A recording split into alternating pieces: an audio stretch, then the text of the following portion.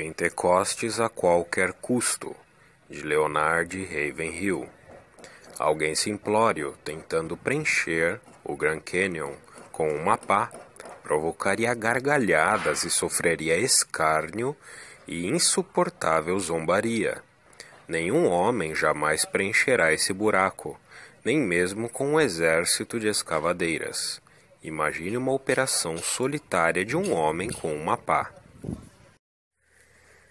Nós cristãos somos um povo cheio de buracos. Há buracos por toda parte e também em nossa teologia. Há um grande buraco ou lacuna entre o que lemos no livro e o que praticamos. Há também um abismo em nossa vida da igreja. Parecemos estar a esta hora tão distantes do cristianismo apostólico quanto o Papa está do casamento. Somos desconhecidos da comunidade do divino poder do Pentecostes.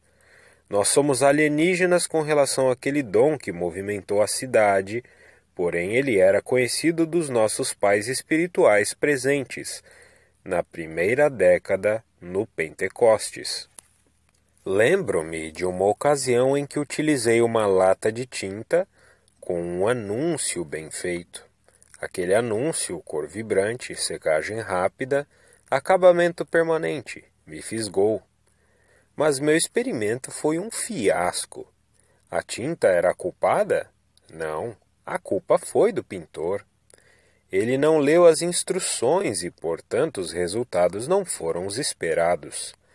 Para um derramamento do Espírito, nós, como cristãos, devemos retornar às direções da Bíblia. Mesmo antes de um retorno à Bíblia, devemos fazer uma pergunta incisiva. Queremos outra reforma nos moldes bíblicos? Uma segunda pergunta não muito fácil é esta. Nós realmente queremos uma visitação pentecostal do Espírito que abale nosso status quo espiritual, social e economicamente? Deixe-me inserir uma placa de "pare aqui". A menos que você possa responder sim a ambas as perguntas, não siga adiante. Nossa investigação sobre Pentecostes a qualquer custo não é meramente para encontrarmos respostas para os bancos vazios, nem para resolver a dor de cabeça dos pregadores, à noite de domingo na congregação. Não é meramente um atalho para erguer a nossa igreja ou denominação particular. A resposta para esse problema é simples: ajoelhe-se. Nossa redescoberta do Pentecostes pode trazer essas várias mudanças para dentro da igreja. Ou, por outro lado, é possível que o vinho novo rompa os odres velhos. Se quisermos, podemos voltar ao Pentecostes. Mas a estrada até este monte de bênçãos é íngreme. Estou assumindo aqui que meus leitores acreditam que a Bíblia é a palavra inspirada, infalível e imperecível de Deus, e não um mero clichê teológico dizer Jesus Cristo é o mesmo ontem, hoje e para sempre. O primeiro obstáculo que bloqueia esse caminho para a recuperação espiritual é este: o preço da reprovação. Cedo ou tarde, alguns nos apelidarão de pentecostais, como se isso importasse. Ou então podem dar de mãos e cochichar, citando comentários como este: eles estão tentando ser super espirituais. Um apêndice que todos gostaríamos diante do tribunal de Cristo. Ou alguns podem até mesmo nos chamar de preguiçosos por escapar do trabalho por algum período. Ou se libertados dos grilhões nós saltarmos de alegria no coração, ou até mesmo em nossos pés. Então dos críticos talvez venha a frase destruidora: eles estão bêbados. Dificilmente poderíamos aceitar isto. Outra censura poderia ser o fato de que a maneira do Espírito Santo e seu método de dirigir a adoração seriam tão anti-ortodoxos que os crentes impassíveis poderiam ouvir dizer novamente: eles são homens indoutos e ignorantes. A carne odeia ser desprezada intelectualmente pelos intelectuais, podemos pagar o preço da reprovação? Pois bem, se a reprovação não for grande demais e se o preço não for alto demais, se o sacrifício não for extremamente demasiado e se o estigma não for muito humilhante, poderemos considerar o próximo passo para o restabelecimento espiritual: o preço da ruptura. É óbvio que não temos de ficar aguardando o Espírito nestes dias, dizem os expositores, porque, acrescentam eles, esta é a dispensação do Espírito Santo. Dispensacionalmente, se alguém ousar usar esta palavra frequentemente abusada, eles estão certos. Mas eu continuo afirmando que precisamos esperar. Primeiramente, observe que essa demora significaria uma quebra do nosso próprio programa. O Espírito Santo não é um garoto de recados. O Espírito Santo não se move conforme as nossas ordens. Ele não pode ser desprezado pela frágil vontade humana, sem sérias consequências. Para o restabelecimento espiritual, ele deve ser obedecido. Somente permita que venha a calamidade e todos nós desejaremos ser espirituais. Os viciados no mercado de ações perdem seu santuário de Mamon quando há calamidade pessoal ou doméstica, ou um dia nacional de oração, geralmente chamado quando não há outra saída. Um rato na armadilha faz muitos orarem. Mas nós oramos quando não estamos em uma armadilha? Precisamos lembrar que as guerras sempre trazem rupturas. Em Londres, na Inglaterra, logo após a Segunda Guerra Mundial, vi da sacada da Catedral de St. Paul uma laje feita de concreto bem abaixo. A crosta superior da laje tinha 9 metros de espessura. O guia me disse: por baixo e em relativa segurança, Winston Churchill, seu gabinete e seus assessores militares passaram muitas noites sem dormir, planejando estratégias militares na tentativa de superar um inimigo astuto. Especialmente foi essa verdadeira ruptura quando a Inglaterra estava indo sozinha e a avalanche dos batedores de Hitler estava a apenas 32 quilômetros do outro lado do Canal da Mancha.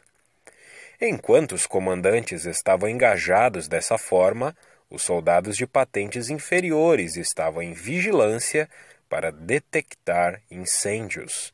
Isso significa que certa noite cada homem tinha de andar na rua, e sob chuva torrencial ou sob uma saraivada de um shrapnel defeituoso, se fosse necessário, desativar bombas incendiárias. Era uma tarefa arriscada, mas nesse momento estavam impelidos pelo dever, assim como um pouco de ruptura que toda guerra traz.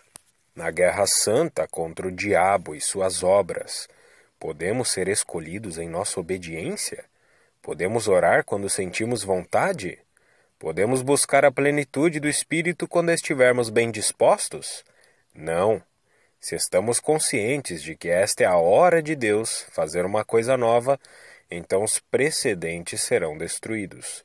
Isso nos leva a outro obstáculo, o terceiro, o preço da espera.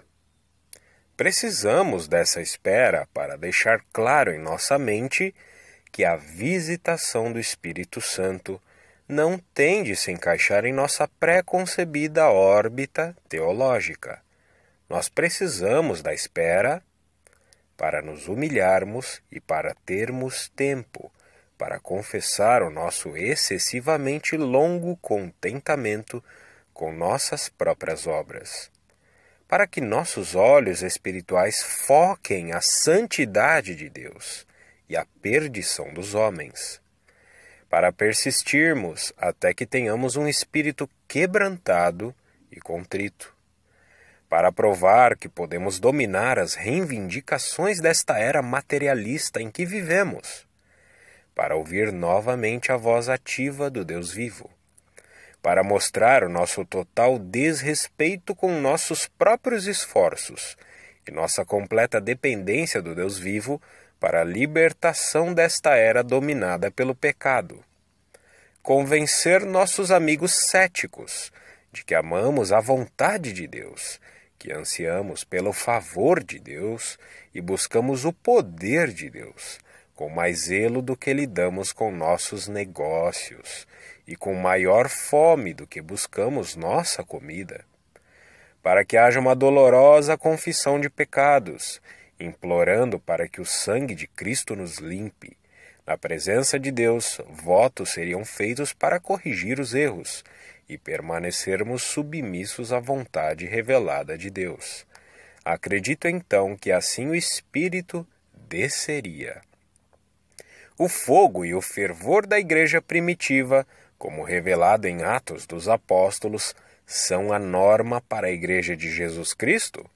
Nós acreditamos que sim. Jesus veio para que pudéssemos ter vida em abundância, vida com brilho, que flua e transborde. O Espírito não discrimina quanto à posição de um homem na igreja.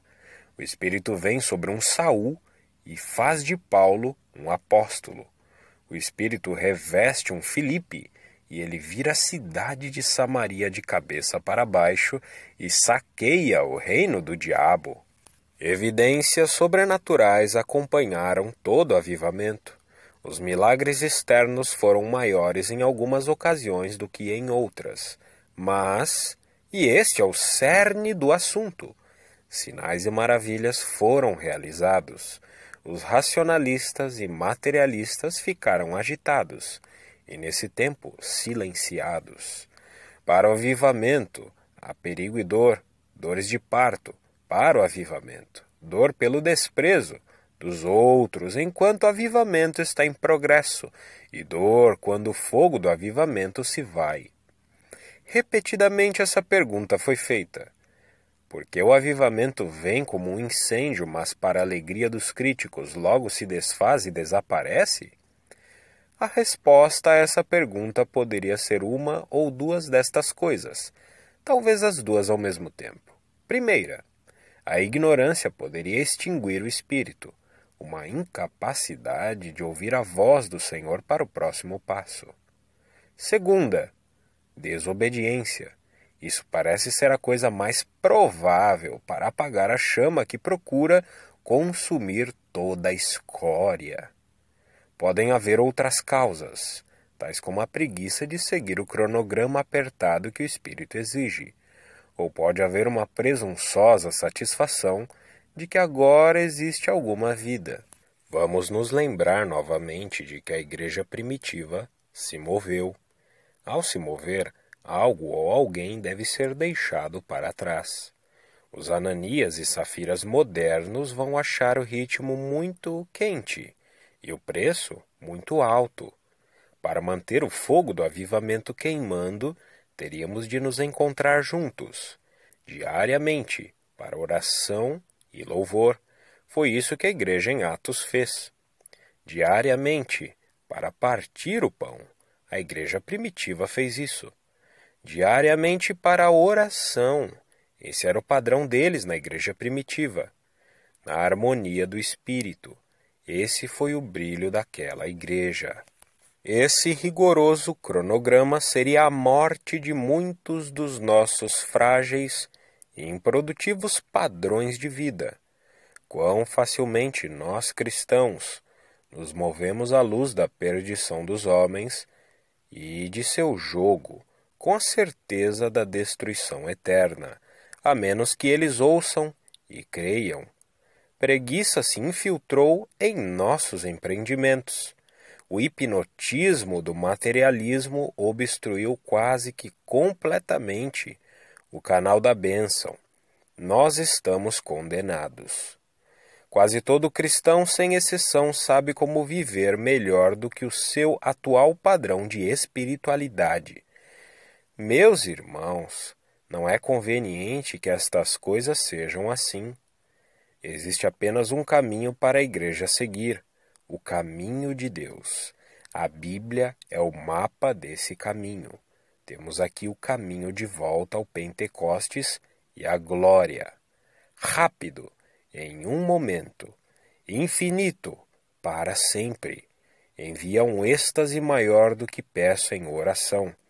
Dá-me graça sobre o débil esforço, almas como meu pagamento e Pentecostes hoje.